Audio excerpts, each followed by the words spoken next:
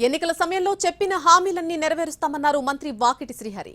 ప్రతిపక్షాల ఆరోపణలను పట్టించుకోమని చెప్పారు. ఇంకా ఆయన ఏమన్నారో ఒకసారి చూద్దాం.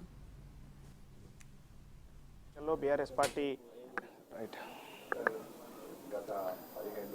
జూబ్లీహిల్స్ నియోజకవర్గం ఉప ఎన్నికల్లో కాంగ్రెస్ పార్టీ ఘన విజయం సాధించే దిశగా వెళ్తుంది. మనతో పాటు మంత్రి వాకిటి శ్రీహరి ఉన్నారు. సార్, ఎలా చూస్తారు జూబ్లీహిల్స్లో కాంగ్రెస్ పార్టీ గెలవడం? ముందుగా మీడియా మిత్రులకు నమస్కారం. మీ ద్వారానే కొంత ఇది సాధ్యమైంది.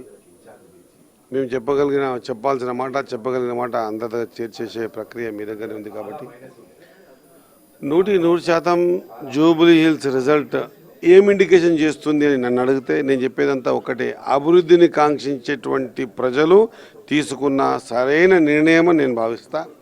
జూబ్లీహిల్స్ నియోజకవర్గ ప్రజలు ఈరోజు తెలంగాణ రాష్ట్రంలో ఖచ్చితంగా పనిచేయడానికి ఓటేసి పనిచేయించుకుందామనేటువంటి బాట వేశారు. వారికి నా హృదయపూర్వక ధన్యవాదాలు. ఖచ్చితంగా మేము మీ దగ్గర ఇన్ఛార్జ్ వెంకటరావు నగర్గా ఉన్నాం కాబట్టి మీ ప్రాంతంలో మేము తిరిగినప్పుడు చూసిన సమస్యల పట్ల అవగాహన ఉంది.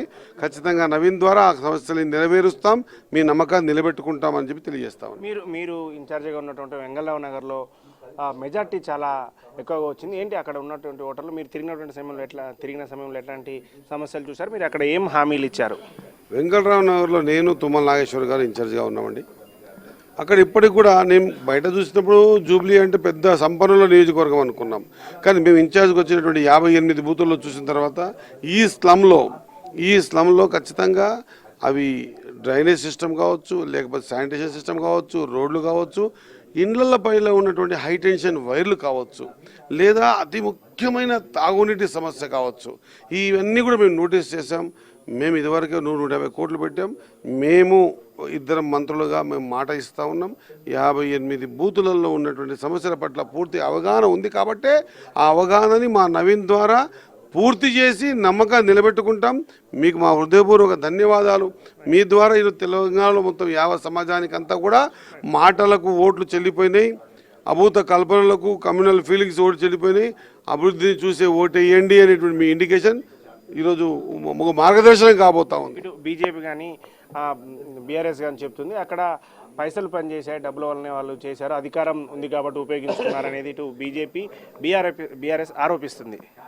పచ్చకామెర్లకు లోకమంతా పచ్చగానే అన్నట్టు వాళ్ళ గతంలో అదే పని చేశారు కాబట్టి అదే అని అనుకుంటున్నారేమో. పైసలు కానీ ఇంకోటి కానీ ఓటర్ మీద ఎప్పుడు ప్రభావం చూపించావు.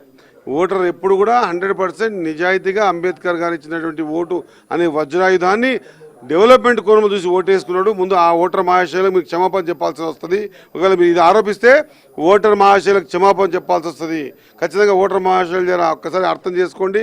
మీరు డబ్బులకు అమ్ముడు పోయారనే మాట అంటా ఉన్నారు. ఇది 100% అవాస్తవం. దీంట్లో నిజం లేదు, పస లేదు. ఓటరు స్వచ్ఛందంగా ఓటేసుకునే ప్రక్రియ జూబ్లీహిల్స్ కొనసాగింది. అది మంత్రి వాకిటి శ్రీహరి చెప్తున్నారు. కాంగ్రెస్ పార్టీ మీద నమ్మకంతోనే ఓటు వేశారని ఇటు ప్రతిపక్షాలు ఆరోపిస్తున్నట్టుగా ఏదైతే ఓటర్లు డబ్బులకు అమ్ముడుపోయారని చెప్పేది మాత్రం అవాస్తవం అంటూ ఆయన చెప్తున్నారు. Vote studio.